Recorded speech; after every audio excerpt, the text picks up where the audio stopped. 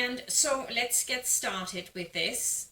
First of all, I'm going to show you the standard method where we're going to sew on the binding through here in this crease and then just roll it around. I just want to show you the sample I've made years ago here so that you can see how that looks.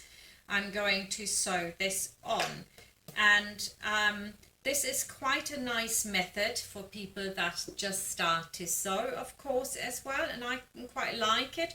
What I've done here, I've sewn all the binding around an armhole, and you could overlock this, of course, first or serge it, and then we sew this seam together when we're done the armhole. That makes it much easier. Of course, it's not quite as nice looking, but to be honest, do you really see it when it's done? I don't think you do. So I think you could just do it like that. Now, the one thing you have to make very sure is that you always do it to the fabric's underside first. That would mean, and for this, for example, for this denim here, that would be the side I start on, the underside of the fabric. So makes it easier, because otherwise you might not catch stuff, it might not look so good. So I'm going to put this on and secure my stitches, and I'm stitching exactly in that groove. It doesn't matter what your seam allowance is.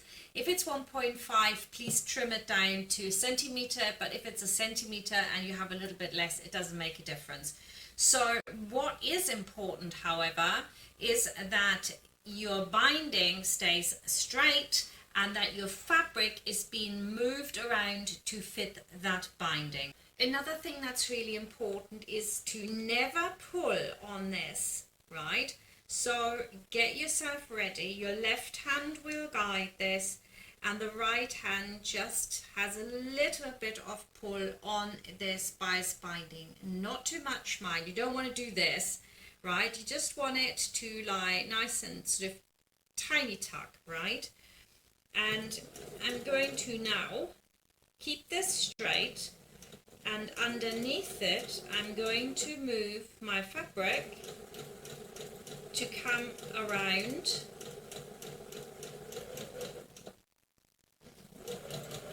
here, and when it goes back to the straight, of course, it's a little bit easier to do. There we go.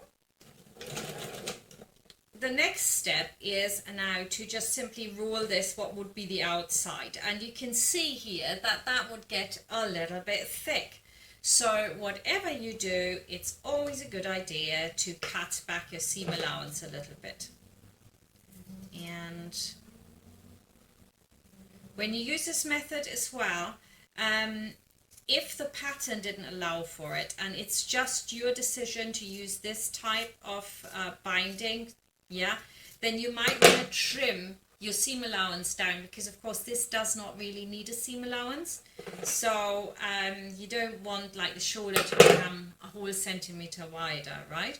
So now, next step, I'm going to now turn this over and just stitch it down, lift it over so it just about covers the stitch line.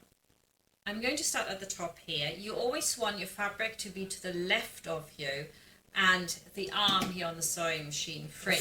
So let's do this. I'm going to put this under and stitch it in. And then what I'll do is I'll pull it apart a little bit with my hands, and then I'm going to go down all the way around. It's really quite simple with this technique.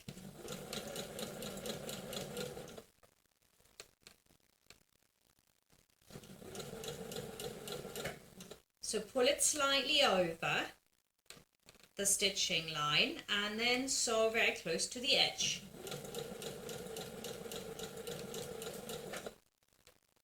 And again, you want to feed into the sewing machine so it's completely straight.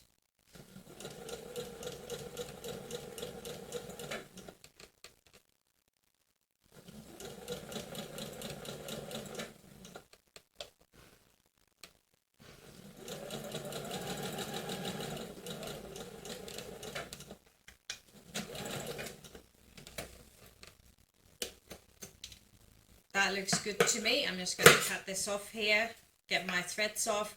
And you can see how nicely that fitted around the curve as well. Now, if you don't have that tiny little stretch on your bias binding, you will find that you might have too much here. All I need to do now with this method is to just give it a quick press. There we go. And I got my clapper and put it on. It always takes a while for my iron here to heat up. I'm not a great fan. Perfect. Here you can see it now finished. It looks really, really good.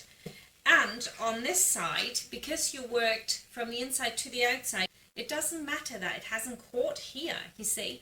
And if you work from the outside and roll to the inside, you have to be so accurate. And this is much, much better. The other thing I wanted to quickly say, because I forgot that a minute, most of your tape will be so that it's not directly on the center. One will be wider than the other. Let's just see if I got that here. Yes, on this one you can see it quite nicely that one of them is a little bit wider, and that's always the one that should be underneath it so that it catches, yeah. But to be fair, these bias bindings I wouldn't recommend unless you have loads and loads of long lengths to do, unless you find, of course, a really good and high quality one like I've done here. Actually, I'm told by someone that watched my videos, because in America I find them really hard to get. I've only got Joann's here, and I never ever see anything like this in the shops, but you can get them over Etsy.com. So you're good. If you want something like I'm using here, then just go there and stock yourself up.